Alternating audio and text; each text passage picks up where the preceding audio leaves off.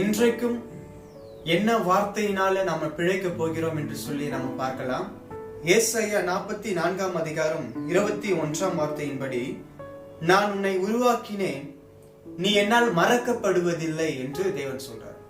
ஆதியாகமத்துல பார்த்தோம் அப்படின்னா பைபிள் ஸ்டார்டிங்ல ஆண்டவர் சொல்றாரு, மனுஷனை படைச்சதுனால நான் மனஸ்தாபப்படுகிறேன் என்று தேவன் சொல்றாரு. ஆண்டவர் மிருக ஜீவன்களை படைத்தாரு, ஆகாயத்தை படைத்தாரு, சமுத்திரத்தை படைத்தாரு, வானம் பூமியை படைத்தாரு, எவ்வளவு படைச்சாரு.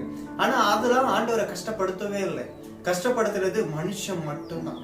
ஆண்டவர் அழகா மனுஷனை உருவாக்கி தன்னுடைய சுவாசத்தினால அவனுக்கு உயிர் கொடுத்து அழகா ஒரு தோட்டத்தை கொடுத்து ஆண்டுக்குள்ள மிருக ஜீவன்களுக்கு ஆண்டவர் படைத்த மனுஷன் ஆதாம் தான் பேர்லாம் வைக்கிறான்.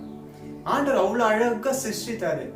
தன்னுடைய மண்ணினால மனிதனை உருவாக்கி தன்னுடைய சுவாசத்தை கொண்டு அவ்வளவு அழகா செய்யறாரு. ஒரு மனுஷனை உருவாக்கி ஒரு தோட்டத்தையும் கொடுத்து அவனுக்கு எல்லா சந்தோஷத்தையும் ஆண்டவர் கையில கொடுத்தாரு.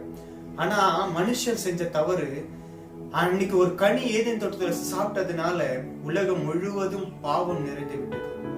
கடைசியில ஆண்டவர் கொடுத்த அந்த சந்தோஷத்தை அவங்க இழந்து வெளியே போனாங்க. ஆனா ஆண்டவர் இன்றைக்கும் உங்களை பார்த்து சொல்கிற காரியம் என்ன தெரியுமா? நீங்க இப்ப பாவத்துல இருந்தாலும் சரி, உங்களுடைய பாவத்தை விட்டு எப்படி விலக்கி ஓடி வரலாம் நீங்க யோசித்து கொண்டு இருக்கிற ஆளா இருந்தாலும் சரி, ஆண்டவர் சொல்றாரு, உன்னை உருவாக்குனதும் நான் தான்ப்பா. நீ இந்த நேரத்துல பாவம் செய்யறியா? நீ இந்த நேரத்துல என்னை விட்டு பிரிந்து போயிட்டியா? நீ என்னை ஏமாத்துறியா? நான் உனக்கு கட்டளையிட்டவைகளை மீறி நீ நடந்துக்கிறியா? நான் உன்னை பார்த்து கொண்டே இருக்கிறேன் என்று உங்களை உருவாக்குனதும் ஆண்டவர் தான், நம்மை உருவாக்குனதும் ஆண்டவர் தான். ஸ்டார்டிங்ல ஒரு பாவம் நடந்ததுனால நம்ம மரணம் என்ற ஒரு வாழ்க்கை நமக்கு வந்தது. இப்பவும் நமக்கு மரணம் இருக்கிறது. நாம இப்பவும் பாவிகளா தான் இருக்கிறோம். இப்பவும் பாவம் செய்து கொண்டேதான் இருக்கிறோம். தெரியாம பாவம் யாரும் செய்யல, தெரிஞ்சுதான் பாவம் செய்து கொண்டிருக்கிறோம். ஆனா ஆண்டவர் மீண்டுமா சொல்ற காரியம் என்ன தெரியுமா? நீங்க யாரா இருந்தாலும் சரி, நீ பாவத்திலே இருந்தாலும் சரி, அதை விட்டு மனம் திரும்பி வா. நான் தான் உன்னை படைச்சேன், நான் ஒரு நாளும் உன்னை மறப்பதில்லை என்று தேவன் சொல்றாரு.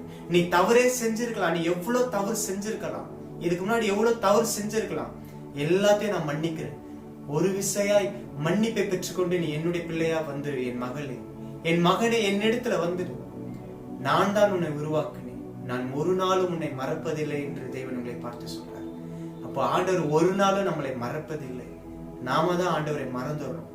இனி நம்மளுடைய பாவங்களை வெறுத்து ஆண்டவருடைய பிள்ளைகளாக நம்ம மாறுறோம். ஒரு நாளும் ஆண்டவர் நம்மளை மறக்காதபடிக்கு ஆண்டவரை நம்ம சந்தோஷப்படுத்துறோம். ஆண்டவருக்கு பிரியமுள்ள காரியங்களை மாத்திரம் தான் நம்ம இனி செய்ய போறோம். விசுவாசிக்கிறீங்களா? கர்த்தர் இந்த வார்த்தை உங்களுக்கு என்று ஆசீர்வதிப்பாராக. நம்மளுடைய கண்களை மூடி ஜெபிப்போமா? எங்கள் அன்பின் பரலோக பிதாவே, ஆண்டவரை இப்பொழுதும் துதிக்க இந்த நேரத்தை கொடுத்ததுக்காக நன்றி தகப்பனே. எங்களை உருவாக்கின என்னுடைய ஆண்டவருக்கு இனி நாங்க பாத்திரவர்களா இருப்போம், நன்மையான காரியங்களை செய்வோம், அவருக்கு உண்மையாய் நடப்போம் என்று சொல்லி முடிவு செய்த பிள்ளைகளை கண்ணோக்கி பாருங்கப்பா. மீண்டுமாய் அவர்களை வணங்க உருவாக்குங்க தகப்பனே. உண்மைக்கு ஆன பாத்திரங்களா அவங்களை உருவாக்குங்க. நம்ம ஜெபிக்கிறேன் ஜீவனை நல்ல பிதாவே, ஆமென். ஆண்டவர் இடத்துல உங்களை ஒப்பு கொடுங்க.